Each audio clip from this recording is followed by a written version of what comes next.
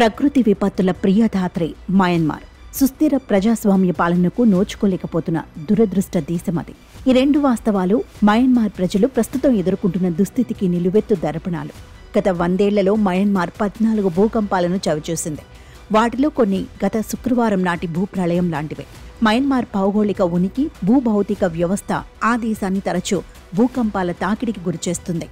మార్చి 28 నాటి మహా ఉత్పాతకం 1956 అనంతరం మయన్మార్ను కుదేలు చేసిన భూకంపాలలో తీవ్రమైనది. భూమాత ఆగ్రహం వందలాది ప్రజల ప్రాణాలను హరించి వేసింది. భౌతిక ఆస్తులను, చారిత్రక కట్టడాలను ధ్వంసం చేసింది.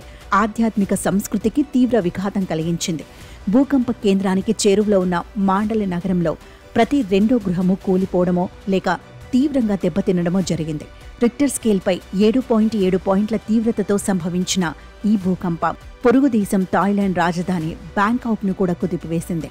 అంతర్యుద్ధంతో అతలాకుతలమవుతూ 2 కోట్ల మంది ప్రజలు దైనందిన మనుగడకు అంతర్జాతీయ మానవపూరిత సహాయక చర్యలపై ఆధారపడి ఉన్న క్లిష్ట సమయంలో మయన్మార్ ఈ పెను భూకంపానికి గురైంది. ప్రజాస్వామ్యబద్ధంగా ఎన్నికైన ఆంగ్ సాన్ సూకీ ప్రభుత్వాన్ని 4 ఏళ్ల క్రితం కూల్చివేసి అధికారాన్ని కైవసం చేసుకున్న సైనికాధికారుల దుర్మార్గ పాలనతో మయన్మార్ ఎడతెగని సంక్షోభంలో కొట్టుమిట్టాడుతోంది.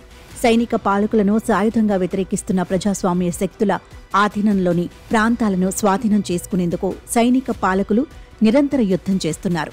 గత శుక్రవారం నాడు భూప్రళయం సంభవించిన 3 గంటల వ్యవధిలోనే ప్రతిఘటన శక్తుల నియంత్రణలోని ప్రాంతాలపై వైమానిక దాడులు నిర్వహించారు. ఆ దాడులు ఇంకా కొనసాగుతూనే ఉన్నాయి. గత 4 ఏళ్లుగా సైనిక పాలకుల చేతుల్లో హతమై సమాధుల్లో ఉన్న వారి ఎముకలు సైతం సైనిక పాలకుల ఈ ప్రస్తుత దుర్మార్గానికి వణికిపోతున్నాయని ఒకరు వ్యాఖ్యానించడం గమనార్హం. తొలుత కోవిడ్ విలయం, ఆ వెన్వెంటనే అంతర్యుద్ధం ప్రారంభమవడంతో మయన్మార్లో ప్రతి 4గురిలో ఒకరు పేదరికంతో కునారిల్లుతున్నారు. దాదాపు 40 లక్షల మంది అంతర్గత నిర్వాసితులుగా బతుకులు ఈడుస్తున్నారు.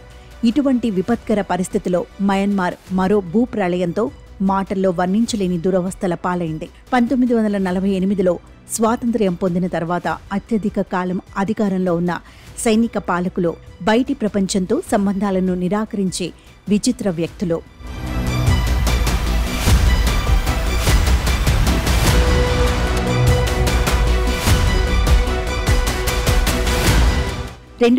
లో కనీసం 1.5 లక్షల మందిని బలిగొన్న పెను తుఫాను సంభవించిన ఆపత్ సమయంలో కూడా అంతర్జాతీయ సహాయాన్ని నిరాకరించిన జడబుద్ధులు. అయితే ఈసారి ప్రళయం సంభవించిన వెంటనే అంతర్జాతీయ సహాయాన్ని అంగీకరిస్తామని సైనిక పాలకుడు మిన్ ఆంగ్ హ్లైంగ్ ప్రకటించాడంటే పరిస్థితి ఎంత ఘోరంగా, మరింత దారుణంగా ఉందో అర్థం చేసుకోవచ్చు.